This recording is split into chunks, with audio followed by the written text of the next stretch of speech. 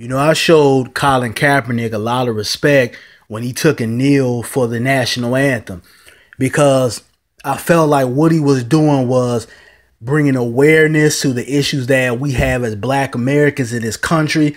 And also it was nice to see someone who has influential power and someone who has millions of dollars actually stand for something, because many of times our people, they get to a certain level and they forget where they come from, or the minute they're thrown millions of dollars or a check, they switch up. So it was nice to see that from a black professional athlete. But now it's being reported that Colin Kaepernick has decided to stand for the national anthem during next year's season. Now, it's no coincidence that Colin Kaepernick is a free agent, and now that he's a free agent, he needs a job. He knows that a lot of teams that are owned by white people, and probably some of them that, practice white supremacy, because don't think that just because these people have black football players or the majority of NFL football players are black, that somehow racism and white supremacy is extracted from the NFL.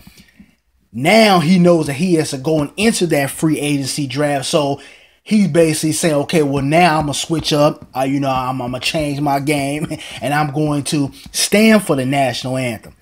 Now, I gave Colin Kaepernick the benefit of the doubt when he came out and said he didn't vote. Although I felt like when you don't vote or you decide not to exercise your vote, you have to be clear, especially if you're talking to the public about why you didn't vote. You can't just come out and say, especially as a black American, you can't just come out and say I'm not voting and don't have a solidified reason. Because a lot of people, you think they're being a rebel, or they feel like because one of their homies or homegirls or somebody in their family is deciding not to vote, they feel like they shouldn't vote.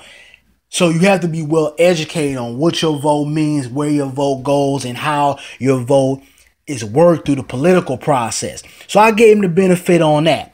But now when you switching up for a check, and when you're switching up because you're a free agent now, and now you don't want these white folks to say, you know what, I don't know if I want to sign Colin Kaepernick because he might bring all that black stuff over here, and we don't want that in our organization. Now that you're switching up, which I don't know why, because anybody who follows the NFL, that Colin Kaepernick is not the same player he was years ago. Okay, if he gets picked up, he's probably going to be a second stringer, because he's not the same player he once was. So, in my view, I understand people got to take care of their families. I understand that this is his profession. He might not have a degree or anything like that, but you knew that last season. You knew the risk you were taking by kneeling for the national anthem. But now you want to switch up because you know that a team might not want to sign you because of your thoughts politically, or you exercising your right as an American not to stand for the national anthem. Colin Kaepernick is a complete sellout. Now, I was talking to, some of the people I know in my personal life, and a lot of people were saying, oh, well, he does things outside of football, so he's not really selling out. But here's the thing. Yes, you need to do work outside of just talking. That's one thing I exercise here on YouTube for those who are about black progression and those who are about, advancing our people and wanting better for our people as a whole. You have to do work outside of YouTube. You can't just talk about it. I'm always an advocate for that. But at the same time, you need awareness. You need awareness and you need work. And I feel like by Colin Kaepernick saying that I'm not going to kneel for the national anthem, you basically look like a hypocrite, and you look like a Sambo that's tap dancing for a check. So, I got to wash my hands with Colin Kaepernick. I know a lot of you might, disagree with me on that, but I can't respect somebody who switches up for a paycheck. And it's been a lot of, especially black men that have been changing their tune ever since Trump got in office. I mean, we saw Jim Brown talk about how he loved Donald Trump, and he changed his tune. Old black militant Jim Brown, he changed his tune. So it's a lot of people out here that, switching up for a check and switching up to be in certain people's good graces. And Colin Kaepernick is the physical aspect.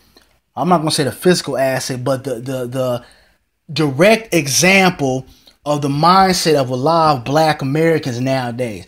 We get all excited, we get riled up when we're seeing videos, when we're seeing blatantly racism in our face, when we're seeing, police basically beat the hell out of us and walk free, get away with it, and act like nothing's gonna happen. When we see that in our face, then we want to hoop and holler. Then we want to talk about racism. Then we want to go out here and protest. But the minute the fire starts to settle down, the minute you stop seeing videos out here directly in your face, the minute you stop seeing blatantly racism, which I've continuously said that a lot of that was a proxy to President or used to be President Barack Obama. All that was a proxy to him.